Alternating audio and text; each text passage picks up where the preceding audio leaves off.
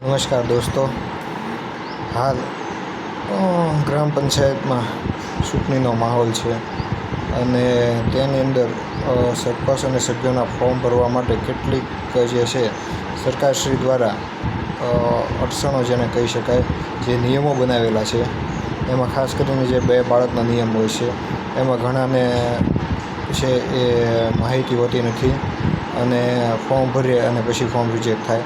તો આજની આપણે આ વિડીયોની અંદર એ માહિતી મેળવીશું કે જે લોકોને ફોર્મ ભરવું છે બરાબર, તો તેને 2 બાળકો છે એ કયા વર્ષ પછી અથવા તો પહેલાં હોવા જોઈએ અથવા તો ન હોવા જોઈએ એની માહિતી આજના વિડીયોમાં મેળવીશું.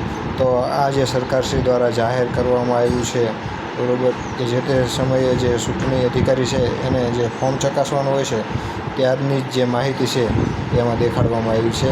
તો જોઈએ તો એની અંદર 3/8/2005 પહેલાં ગમે એટલા બાળકો હોય બરાબર, ત્યાર પછી 3 બાળકો ન હોય તો તે લાયક કહેવાય બરાબર. આ રીતના જે છે એ કોષ્ટકની અંદર દેખાડવામાં આવ્યું છે. તમે વિડીયો પોઝ કરી અને વાંચી શકો છો કોષ્ટક બરાબર. ખાસ કરીને આમાં એક જોવાનું એ રહેશે, જોડિયા બાળકને લગતો એક કોઈ પણ પ્રશ્ન હોય છે કે દાખલા તરીકે પહેલાં જોડિયા બાળક હોય અને ત્યાર પછી જો 1 બાળક થાય અને 3 બાળક થાય તો ગેરલાયક હોય, પરંતુ પહેલાં જો કોઈ પણ 1 બાળક હોય અને પછી જોડિયા બાળકનો જન્મ થાય તો ટોટલ 3 બાળક થાય તો તે લાયક હોય, એટલે કે તે ફોર્મ ભરી શકે બરાબર. આ રીતના જે છે 4/8/2005 અને 3/8/2006 વચ્ચે અને 3/8/2006 પછી જે આ નિયમ લાગુ પાડવામાં આવ્યો તે આ કોષ્ટકમાં એક સારું એવું ક્લિયરન્સ દેખાડવામાં આવ્યું છે. એની ઉપરથી આપણને માહિતી મળી જાય બરાબર. ત્યાર પછી જે છે ખાસ કરીને એક આ દત્તક બાળક છે એવા કિસ્સા રહેતા હોય છે કે કોઈ પણ એક વ્યક્તિએ છે બીજા વ્યક્તિને દત્તક બાળક આપી દે અને ત્યારબાદ એની જે સંખ્યા છે બાળકોની ટોટલ 2 થઈ જાય તો તે ફોર્મ ભરી શકે કે નહીં. તો તેને લગતો એક કોર્ટની અંદર કેસ થયેલો ગુજરાત હાઈકોર્ટમાં. જસ્ટિસ એસ દવે છે, અનંત એસ દવે, એનો કેસનો ઉલ્લેખ કરેલો છે કે એમની અંદર છે એ જો કોઈ પણ 1 બાળક છે બીજાને દત્તક આપી દે તો પણ તે વ્યક્તિ છે એ ફોર્મ ભરી શકે નહીં. તે બાળકનો જે જેનરિક પિતા કે જેને જન્મ આપ્યો છે એ પિતા એ જ કહેવાય, એટલે એના ટોટલ 3 બાળક ગણી શકાય બરાબર. જે આ મહત્ત્વનો ચુકાદો છે એ ધ્યાનમાં લેવાનો હોય છે. ત્યારબાદ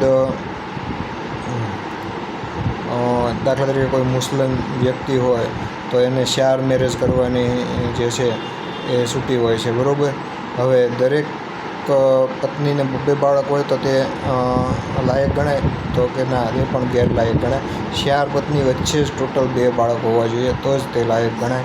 આ પણ એક મહત્ત્વનો જે ચુકાદો છે એ હરિયાણા સ્ટેટનો આવેલો છે, તે ખાસ ધ્યાન રાખવાનું છે બરાબર. પછી જે છે કોઈ પણ વ્યક્તિ છે એને છૂટાછેડા લીધેલા હોય બરાબર અને બીજા લગ્ન કરે અને નવી પત્ની દ્વારા 1 બાળક હોય અને અગાઉની પત્ની દ્વારા 2 બાળક હોય તો તે લાયક ગણાય તો ના, તે પણ ગેરલાયક ગણાય બરાબર. તેનો પણ જે છે એ ચુકાદો છે જે આની અંદર ક્લિયર કરેલું છે. તમે પોઝ કરી અને આ જુદા જુદા જે પ્રશ્નો છે તે વાંચી શકો છો બરાબર. આમાં જે મહત્ત્વના પ્રશ્નો છે એની માટે તમને પૂરેપૂરું ક્લિયરન્સ મળશે.